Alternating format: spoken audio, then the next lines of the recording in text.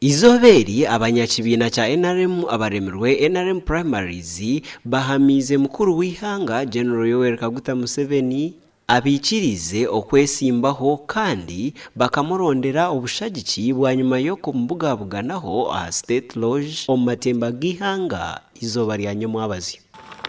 nga n'obujulizi obuweebwayo bwowooleza omwaka omulamba bo bagamba nti babuwadde eddakiika 2 buli candidate yaweebwa eddakiika 5 ayogere kati n'olwekyo tuvumirira enkola eyo y'okwenyakwenya abantu tukakasa nti nno ffe bantu abaatumibwa abantu era tujja kwesimbawo tulina omukisa nti ne pulezidenti waffe yakkiriza nti tugende mu maaso ate n'agamba n'okunoonyereza kati twavuddeyo na buwanguzi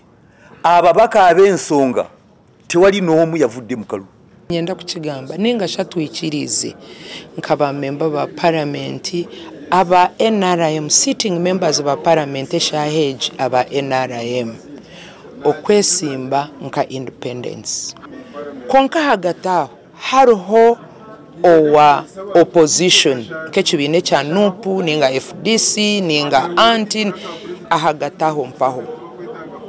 tushitame twetegerezane owa opposition ataturaba hagati akatwara entebe katugire opposition 80% NRM ine nkaga mwabo baganise bwa NRM owa 80 nabarabaho mbwene nashaba ngu abo mu kicwekecho betense owa NRM abenwe ya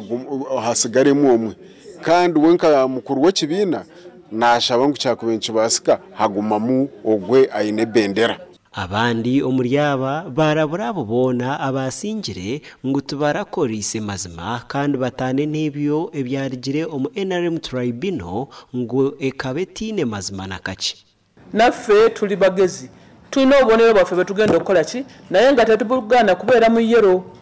tumanye amateeka kwe tutambulira ekisooka tewali agenda atuwangula kuba ffe tulina obukole bantu tulina amaanyi gaki g'abantu kyekisooka omugandi abatuura mu district ya Nakasongora basima mukuru w'ihanga ahabw'orutindo orwabakorire orukugita district ya Nakasongora na Nakaseke orurimusye eby'obushubuzi omu kyanga ekyo batyo nukwe kumushaba okuzayo akarutongoza biri ebiseera nga tebanaba kulukola twayitangawo bubi nnyo ng'olumu tutuuka omwo bwe tuva eri obudde bw'ekiro nga wano tetusala nga mulimu envubu olumu nga zikuba obwato ne tugwamu twegamba bwebityo ngate n'okutambula wano kyatunyigirizanga nnyo ffe twabapakinganga wali ne bawuga ne basomoka naye kati embeera yatereera kati kyangu ne wejja essaawa 9 gw'ekiro oyitawo ssaawa zonna zoyagala otambula ate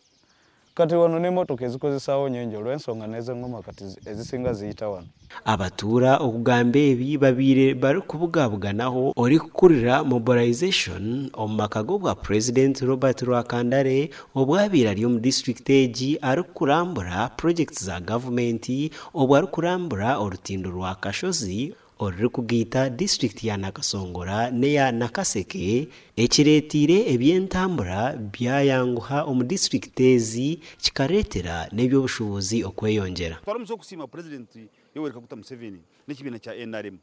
ekikozere by'amagiro eshahe turi mu kicweka ekibakweta turi hari bridge bakweta Kashozi regaita Nakasongora egaita na Nakaseke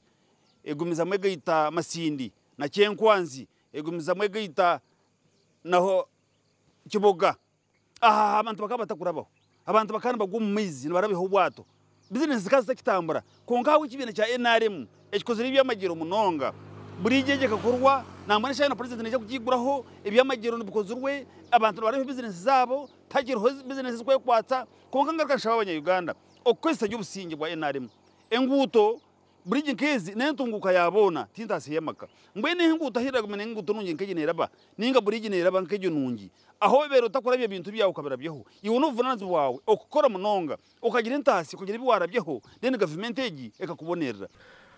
abakuru omu kibiina kya NRM omu district egi abarimu Chapa John Kazora basima mukuru w'ihanga ahabw'entunguka eyeyaresire omu kicweka eki Orutindo oru rukatandikwaho okukorwa omwaka gw'2020 obwe rukorwa kampuni ya China eya China Communication Construction Limited CCC na shillings bilioni 83. Gasha kwa Jime Muhumuza.